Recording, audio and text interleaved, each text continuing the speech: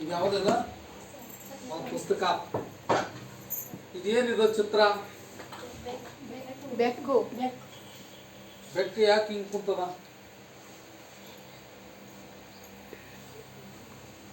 ಏನಿದು? ಬೆಕ್ಕು. ಬೆಕ್ಕು ಹೆಂಗಾದದು? ಸ್ವಚ್ಛವಾದ ಅದಕ್ಕೆ ಸ್ವಚ್ಛ ಬೆಕ್ಕು ಅಂತ ಹೆಸರೇನು? ಸ್ವಚ್ಛ ಬೆಕ್ಕು. ಈ ಸ್ವಚ್ಛ ಬೆಕ್ಕು ಬಗ್ಗೆ ಏನೈತಿ ಇದು ಕತಿ?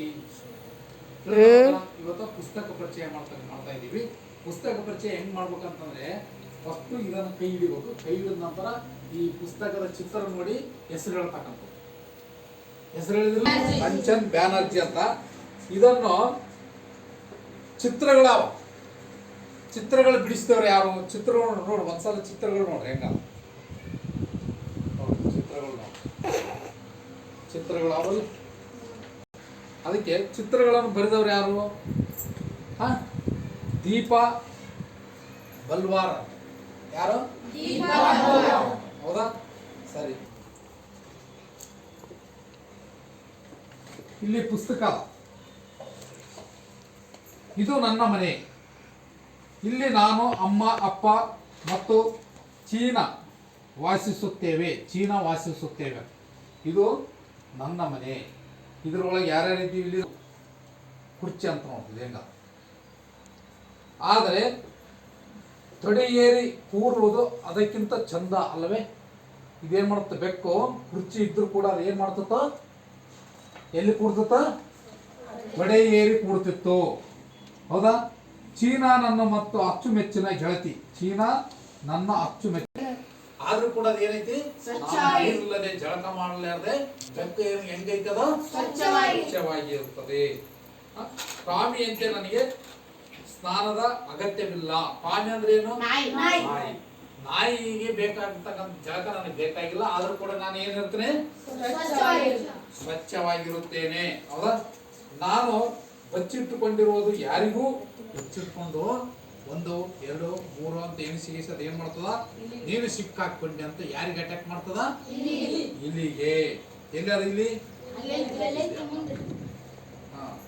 ತೋಟದಿಂದ ನಾನು ಏನನ್ನಾದರೂ ರುಚಿಯಾದ ತಿಂಡಿ ತಂದರೆ ಅಮ್ಮ ನನ್ನನ್ನು ಏನ್ ಮಾಡಿ ಬೈಯುತ್ತಾಳೆ. ಯಾರು ಹೇಳ್ತಾರೆ ಈ ಮಾತು? ನಾನು ಮರಗಳನ್ನು ಹತ್ತಬಲ್ಲೆ. ನಾನು ಮರಗಳನ್ನು ಹತ್ತಬಲ್ಲೆ. ಯಾವುದದು? ಬೆಕ್ಕು. ನನಗೆ ಇಲ್ಲಿರುವ ಏನಿದು ಸಂದು ಗೊಂದುಗಳೆಲ್ಲ ಬೆಕ್ಕಿನ ಹೆಸರೇನು? ಚೀನಾ ಅಂತಕ್ಕಂಥ ಬೆಕ್ಕು. ಹೌದಾ? ಸಂಜೀವನ ಮನೆ ಹತ್ತಿರದಲ್ಲಿ ಇದೆ. ಅವನು ಯಾವಾಗಲೂ ನನ್ನನ್ನು ಕೀಟಲೆ ಮಾಡಿ ಸಿಟ್ಟು ಭರಿಸುತ್ತಾನೆ.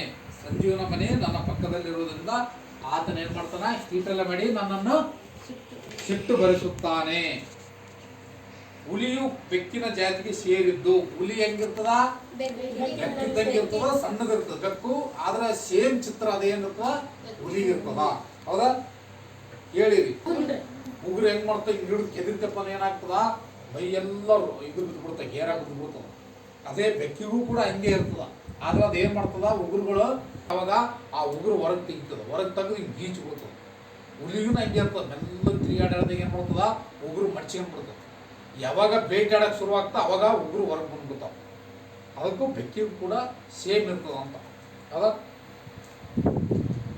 ಕೆಲವೊಮ್ಮೆ ನನ್ನ ಗೆಳೆಯ ರಾತ್ರಿ ಹೊತ್ತು ತುಂಬಾ ಗಲಾಟೆ ಮಾಡುತ್ತಾರೆ.